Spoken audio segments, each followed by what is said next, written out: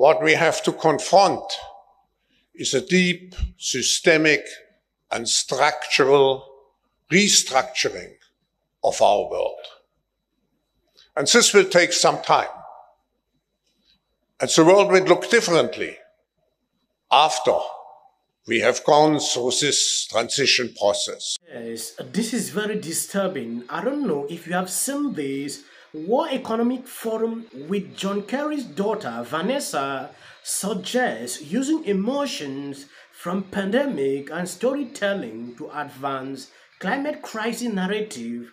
I don't know if you have seen this segment. This article was recently published by the Gateway Pundit. The pandemic was an opportunity, I think, all over the world. People realized how important health was. How now do we take that emotions of the health factor so critical? The pandemic was an opportunity. I think all over the world, people realize how important health was. How now do we take that emotion of the health factor is so critical? But guess what, guys? The climate crisis is creating more health issues than you can ever imagine, but no one has been able to make that link in the past. So I think we are living in an age now, at a time now, where we need to grasp these opportunities and work together and really build on that, right? And I want to ask you a question about that for a moment, though, because you're right. I feel the same way about COVID. Us all these lessons learned, and we should be incorporating that. And the climate crisis is going to be so much worse.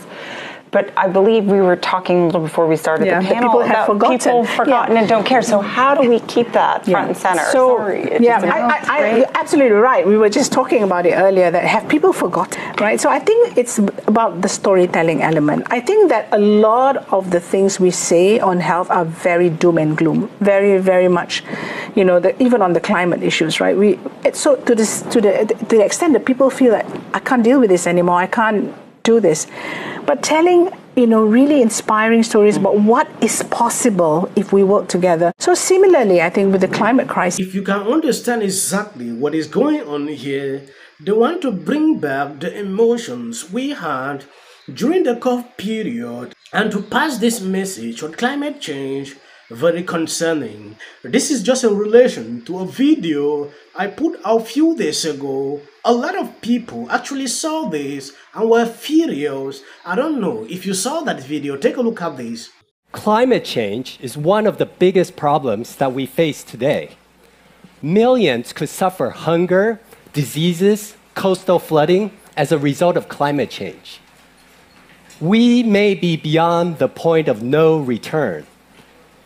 Scientists believe that we have no choice but to consider geoengineering.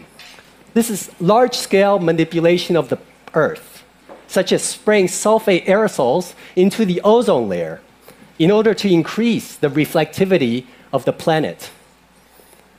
But geoengineering is very, very risky.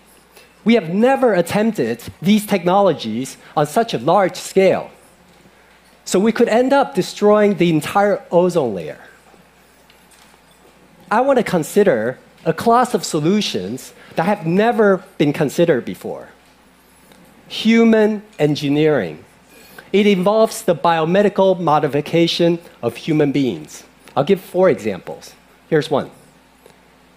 18% of greenhouse gas emissions come from livestock farming.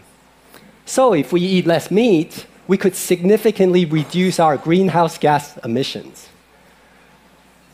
Now, some people would be willing to eat less meat, but they lack the willpower. Human engineering could help. Just as some people are naturally intolerant to milk or crayfish, like myself, we could artificially induce mild intolerance to meat by stimulating our immune system against common bovine proteins. And in this way, we can create an aversion to eating eco-unfriendly food.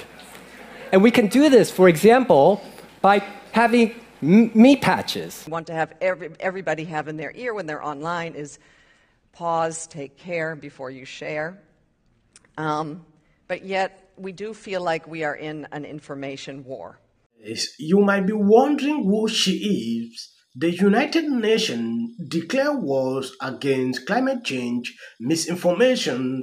We are an information war. We need to massively ramp up our response. The UN Under Secretary General, Melissa, blamed Twitter for the spread of misinformation and hate speech at the Nobel Prize summit. And of course, firing at Twitter have left us with no one to call to flag content that is abusive or even incitement of vow. We are now seeing that almost anyone can promote disinformation for the price of a blue tick. You can see clearly what is happening here. Elon Musk allowing people to be paying monthly blue tick is something they never wanted. And they clearly tells you they have ramped up with social media platforms, to tackle this.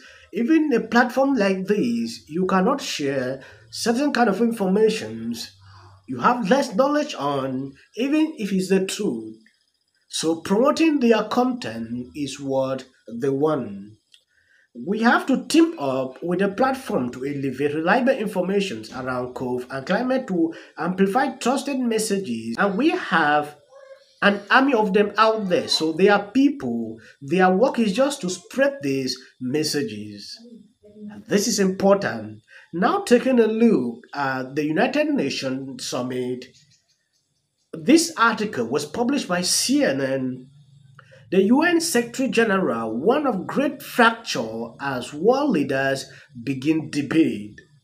United Nations Secretary General Antonio has warned of a looming great fracture in the world, describing existing global governance structures as failing to save a changing world. Speaking before world leaders in the United Nations Assembly Hall on Tuesday, Goethe called for sweeping changes to multilateral institutions, including informing the powerful Secretary Council at the heat of the United Nations and redesigning global financing system. The alternative to reform is not the status quo. The alternative to reform is further fragmentation. He said, it's a reform or ruptured. Like you saw here, he said humanity has actually opened a very big gate to harm. A lot of people have taken this clip and it's going viral on social media. If you have been following this channel, I think I did a follow-up partaken to the World Economic Forum last year, and the kind of messages I get here, they are just in line with what I heard with these people. Very important.